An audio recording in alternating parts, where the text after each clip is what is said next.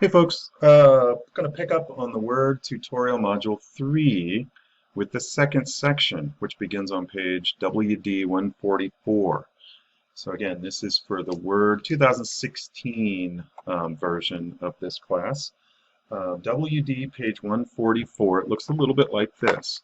Be sure that you look at the, I keep saying that, don't I? You guys are hating me.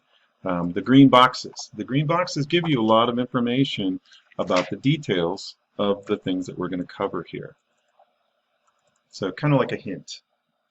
And I don't want to like keep going with that, but all right, moving over, page 146. They're talking about tab stops here. If you don't know what a tab stop is, basically when you press the tab key, it goes somewhere. Well, that's a tab stop. Um, Most people have no clue about how to place their own custom tab stops. They just accept whatever's the default, and if it doesn't tab to where they want it, they add some spaces, and the thing looks like a mess. You'll never be able to get things lined up properly, and I'll avoid the technical explanation, but basically the computer's trying to be smart, and it's assuming that you're using the tab stops, and all of the letters that you're typing in there are proportional. So unless you're using exactly the same letters in the same sequence, you're not going to be able to get those things to line up because they're all different sizes. So tabs are the way that we overcome that. So take a look at this. I think in this little image here, it's if you zoom in a little bit more, you can kind of see that each one of these images here, or these icons, are a little bit different. So this one's like a capital L. This one's like a upside down T. This one's like a backwards L. Looks like I can't even hardly tell what that one is, but you'll begin to see that there's all these different sorts of images that you're going to find up here. What you'll notice here, this grayish area, I guess that's gray, dark gray, that means that that's off the edge of the page. Okay, so that's your left margin. That's where you're going to begin to be able to type. Nothing's going to print or be able to get placed over there unless you change it. And sometimes people do that. Okay, I'm going to move over. Pause this and take a look at that so you can actually make some sort of sense of that. But moving over to page 147, notice here they're talking about setting, moving, and clearing tab stops. So if you're using your own version of Microsoft Word and you've done this for a long time, there's a really good chance that you've already reset the defaults on these things, and that's great. But a lot of times you're going to be working on a new computer and you're not going to have controlled all that stuff. So at the bottom of page 147, we're going to get to entering a list of consultants using the tabs. So we want to open up that report that we had previously created in section 3.1, new classes report. Okay, so step 2 is it wants to, it's telling you that there's some stuff that you might actually see if you are opening this thing up, the welcome back, blah, blah, blah. We just want to get it open. And the document that we're working on is this one. And this is the section that we want to be on. So I'm going to kind of stop showing you this part of it, and we'll just kind of move on. So we're going to be on page 148.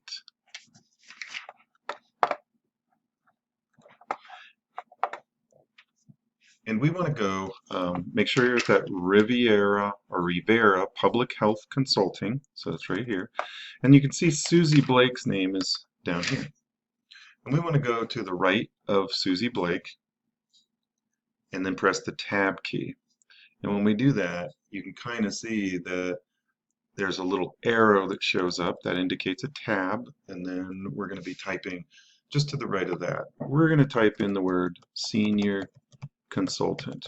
Now, one of the problems that people have is that they try to format this stuff as they go, and that's really the wrong move. You just don't want to do that.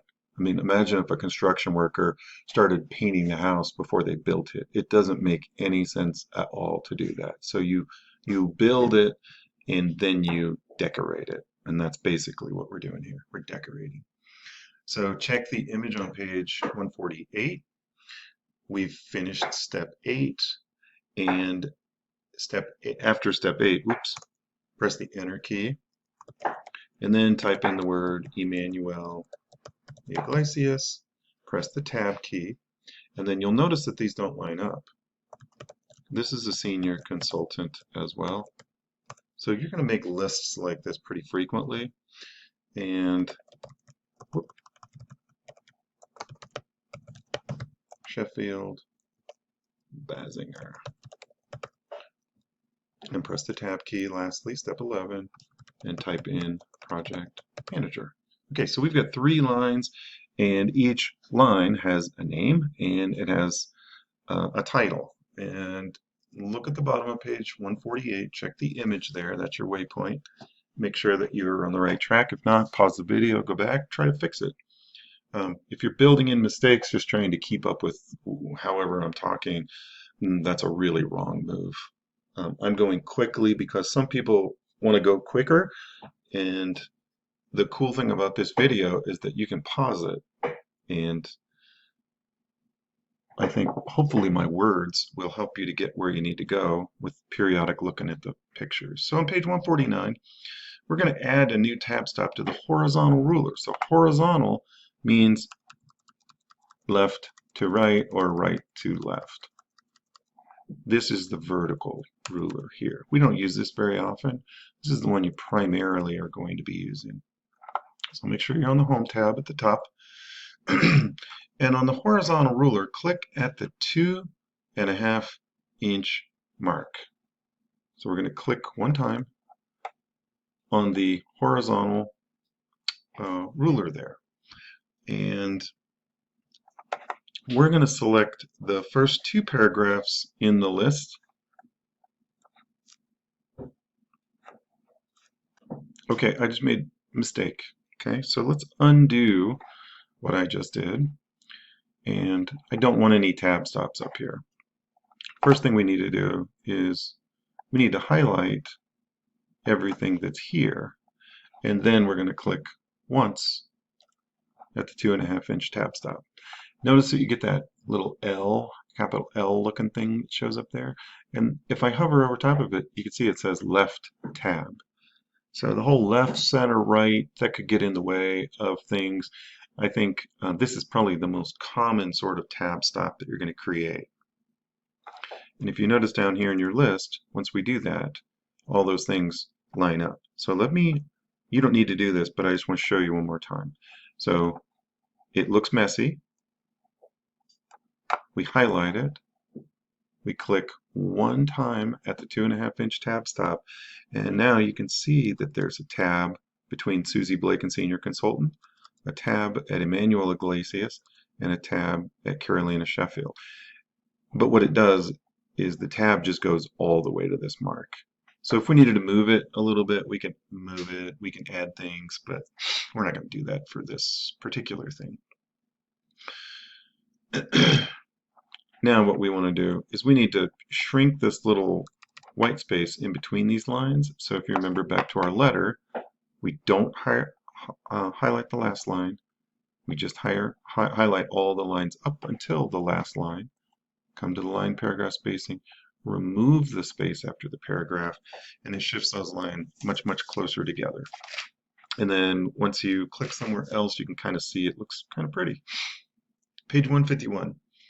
Add a footnote to the report. So use the navigation pane, so Control and F, navigation pane, and we want to go to improved,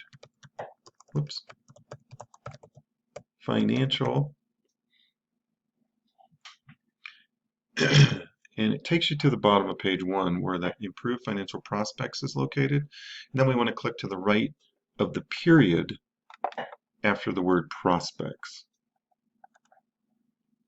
Okay, to the right of the period. You can close the navigation pane, click on the References tab in the ribbon, and in the Footnotes group, so we're looking for footnotes right here, we're going to click Insert Footnote. And when we do that, a footnote shows up in your screen right here. And it's telling you to type for more information on step 5, comma, C, keep your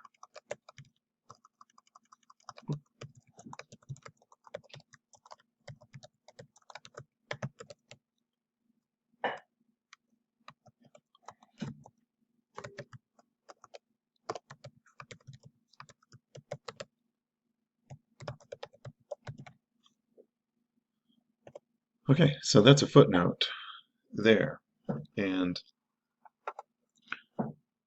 you can tell that there's a tiny little number 1 that's located right here. And then if you go back up to the screen up above, you can also see that this is where that tiny little superscript font shows up. So it's a 1 which shows up above the line. And you can see that in the picture on page 151. So we're going to do a second one. At the end of the third line of the same paragraph, okay, end of the third line of the same paragraph, click at the end of the second sentence, just position the insertion point to the right of the period after syndrome. So syndrome is going to be right here, to the right of the period. So remember with the works cited list, we were clicking to the left of the period. This time we're going to the right of the period. And we're going to go to the footnotes group, and we're going to insert a footnote. And now look what happened. It shifted our original number 1 down to number 2 in the, we're blinking here. And we'll type in metabolic syndrome is a cluster of conditions associated with heart disease, comma, stroke, comma, and diabetes, period. So that's our second footnote. So we've got footnote up here. We have another footnote here, and you can tell that it has reordered them for you. So I'm going to save my work here. So those are considered footnotes. So footnotes are a little bit different than the works cited list and the MLA, in that you're not really creating a bibliography necessarily. What you're doing is you're putting that information directly in each page.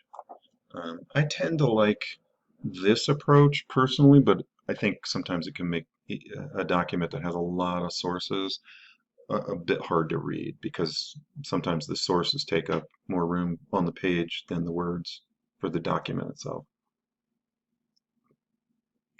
Okay, page 153. Hyphenation. A lot of times I find that students don't even know how to hyphenate a document. We would practice this when we were very young children in school, and they would have us put our fingers over our lips so that we could count the syllables of a word. So if you do that, you can figure out how many syllables there are. So each time your mouth moves, basically, that's a syllable. That's a pretty good indicator of how to hyphenate a word. Some folks have a hard time with that, so they might look in a dictionary where they split up the words with a dash so that you understand where you might be able to split up a word. It's not exactly foolproof though, because some words shouldn't be hyphenated at all like that. So Microsoft Word and other word processing tools give you hyphenation tools that can do that automatically. So if you go to page 153, review the paragraph up above the footnotes, click on the Layout tab in the ribbon, and in the Page Setup group on the left-hand side, you can see that there's a hyphenation option here. And they're asking you to click Automatic, and it will do that for you. And so if you look in that paragraph, you can see that there's 1, 2, 3, 4 lines that actually have a hyphen placed after them. So if I come back and I say no hyphenation, you can see now that all of that is gone. So it could actually help get a little bit more of a word on a page, which can be helpful. I'm going to put the automatic back on just so I can use my space a little bit better. So save your work, flip over to page 154, and we want to go down to the table. So find your table, click after the table, so find your whatever colored table you have, and this time we're going to go to the page setup group, which is over here, left-hand side. So we're in the Layout tab in the ribbon. Page Setup Group. We're going to click on the Breaks button. So don't get confused. There's a couple of different places where you can go and insert breaks. This is one of them. The other one is in the Insert tab, but you're not going to have the same options. So in Layout, this is where you can do section breaks. And this time we want to do the a different type of break. We're going to choose a section break next page. Kind of does the same thing, but it gives you more options for splitting the formatting up. So a page break just pushes you to the next page, but a section break does the same thing in this case, and it's going to give us some more features. So I'm on page 155. We're on Format the section 2 in Landscape Orientation. All right, so sometimes I think it's hard for people to figure out where these sections are located, but if I click in a footer, if I double click on a footer somewhere down towards the bottom of the page, you can kind of begin to see these different sections that are spelled out here. So this is section 1, and this is section 1, and this is section 1, and this is section 1. And then what's interesting is that if you get down to the next page, you can see that that is section 2. So I'm going to double click back on the document itself. So anyway, it's just a little trick if you get confused to be able to figure out where things are located. So this is our brand new page. So I'm at the bottom of that brand new page, and I can see down here that I'm on page 4, and that's part of the instructions. And on step 2, it says go to the View tab in the ribbon and click on Multiple Pages in the Zoom group. So find the Zoom group, click on Multiple Pages. So this is what allows you to kind of see everything sort of on one screen. And my screen is, so I can make it kind of look like theirs a little bit.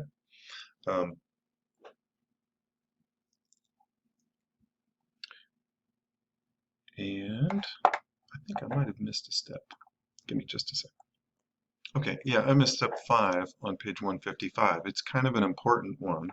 So you want to make sure you're in the Layout tab on the ribbon and that you're on that last page, 4, and go to the Layout tab. And then for orientation, we want to change that last page to Landscape. So you can see that that last page should look like this. So if you're in that with a section break inserted prior to that, it allows you to do that sort of cool stuff. So let's change our zoom back to somewhat normal, whatever's normal for you. Page 156, we want to create a smart art graphic. So we want to go to the Insert tab in the ribbon, and we're going to click on the Smart Art in the Illustrations group. So Smart Art. So Smart Art is going to look a little bit like some of the tools you'll see in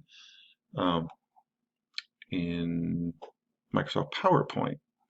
Okay, here's the all. Okay, they want us to go down to the relationships, and these you could kind of pick anything you want, but I think you might want to stick with me on this one. If you click on the converging radial, first column, 7th row, first column, 7th row, 1, 2, 3, 4, 5, 6, 7, converging radial. Click on that. It looks a little bit like that. Again, I'm not going to get too crazy, but if you stick with this, it's going to make a little bit more sense as you step through the instructions. So if you look at your page 157, you'll see some green boxes that indicate what each one of these little graphics does. Okay, so it says to type better mental and physical mental health. So this is the basic setup. It looks like the defaults have changed within Word. So if your text pane, like what you see on the graphic image on page 157 on the left, come up to the Smart Art Design tab and then go over to the text pane. And this text pane allows you to kind of type in here more easily than in the graphic itself. So in the first one, we want to type better physical and mental health. And then press the arrow key down and type exercise.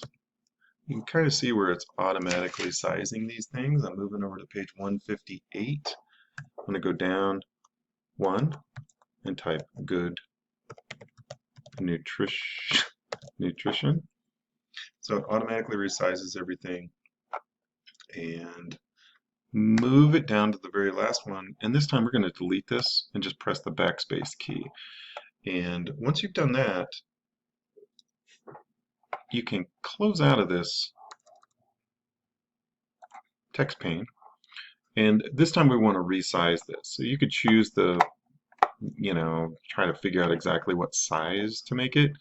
I'm going to zoom the other way so I can see the whole page. And this time I'm going to make it kind of so it takes up the whole page. Notice that I'm using a corner and not a drag handle in the middle. They're giving you some sizes here. I think that's a poor approach because you're not going to have sizes like they give you on the bottom of page 158.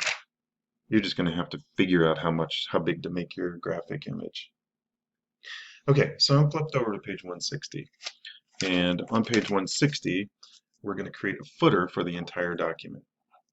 So double click on the white space at the bottom of page 1. So I'm going to change my zoom again, go back to around 100, go to page 1, double click somewhere down there at the bottom of page 1, and it takes me into the footer section as well. So type your first and last names, and then press the enter key. And then in the header and footer group up here, we want to pick the page number. So we're going to need to find that. Okay, so just look around here. Oh, there it is, page number. And we want to go to current position, and then we're going to choose the accent bar 2. So there's just a little bit of styling that happens here. And in the navigation group, so this is kind of where people get a little confused. If you go to the next section, it's giving you the next section, which essentially starts right before the graphic image that you place at the very end. So it's going to put that there automatically for you. And if you notice, there's another little tool here. I don't really use this very much. Looks like Teddy's coming over here. I don't really use this very much, but you can go to the header, and it'll take you to the header on that page right now too. And you'll notice that there's this link to previous that's listed here. So what this means is that this header on this last page is going to be connected. In other words, it's going to be the same. So we want to deselect it. So when I'm not up there, it's not highlighted. So if it's highlighted, that means that it's going to be the same as the previous one. Well, we want to go previous because this is going to take us to the section before that. Okay? And I'm on step 5, and in the header footer group, we click the header. Okay, so we're in the header, and We'll click on header over here to pick a style, and this time we're going to pick the grid style, but you can kind of pick whatever you want to. I don't really care. But if you pick this one, it's going to look like it shows in the book.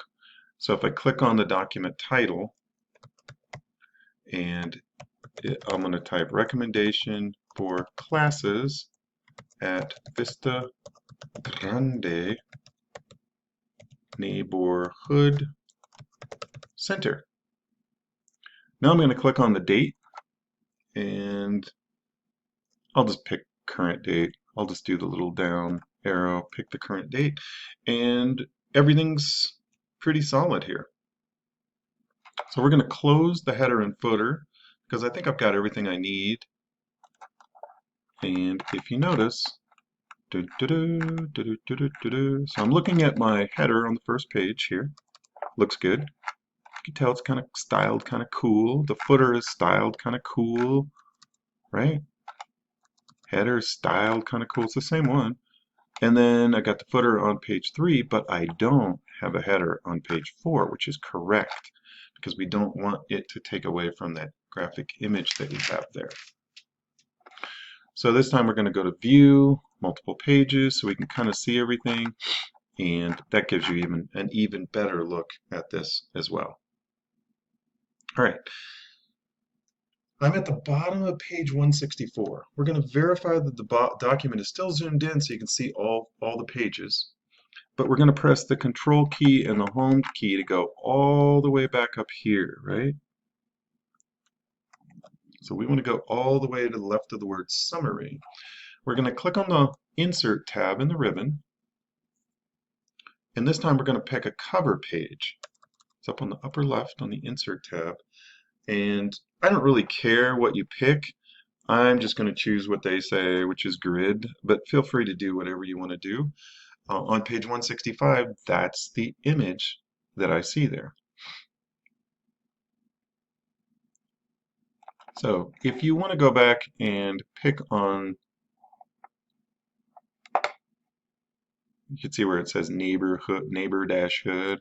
I'm going to turn off the hyphenation because that looks really goofy on my cover page. But this is a pretty simple way to get a nice cover page. And so I turned off the hyphenation already, right? And I'm going to click on the document subtitle. So I'm going to go back to a more normal view here so I can actually see what I'm doing. So if I click on the document subtitle over here on the left, and I type in Rivera Public Health Consulting, and then below the document title, draw your reader in, I'm going to click on that, and then I think I just want to delete it. Okay, so I'm going to click on that and just press the delete key. You can just get rid of it. I don't need it. I'm going to save my document now. And the last thing I'm going to do is I'm going to change the theme for my document. So most of you probably have not used themes a lot, but this is a great option for a lot of you once you get your document completed. Remember, don't be doing formatting and themes and stuff like that before you have your document set. It's a bad move. Click the Design tab in the ribbon. Click on the Themes button on the left-hand side. And this time they're suggesting that we scroll down and choose Facet or something like that. I don't even know where it is. Oh, it's at the top. Okay, so they want us to choose Facet. Pick whatever you like. I don't care. The Facet theme, so if I come back to View and Multiple Pages, you can see that it's changed a lot of how my document looks now. It's altered the colors on the last page of the Smart Art. It's altered the color of the headers. All the headings and subheadings are changed. And they're giving you some some other options there to view the thing on page 167. We're done with our document at this point, so just make sure that you're saved. And at this point, you want to be absolutely certain that you come back to our class and get to our class and pick your class. It's an Office class of some sort. It might even be a Microsoft Word 1725 class, but this is Word Tutorial Module 3. Okay, this is not the review. This is the tutorial Module 3, and you want to, well, you'll have a submit button here, but you want to make sure you do that at this point. But make sure you save your work. Okay, awesome. Thanks.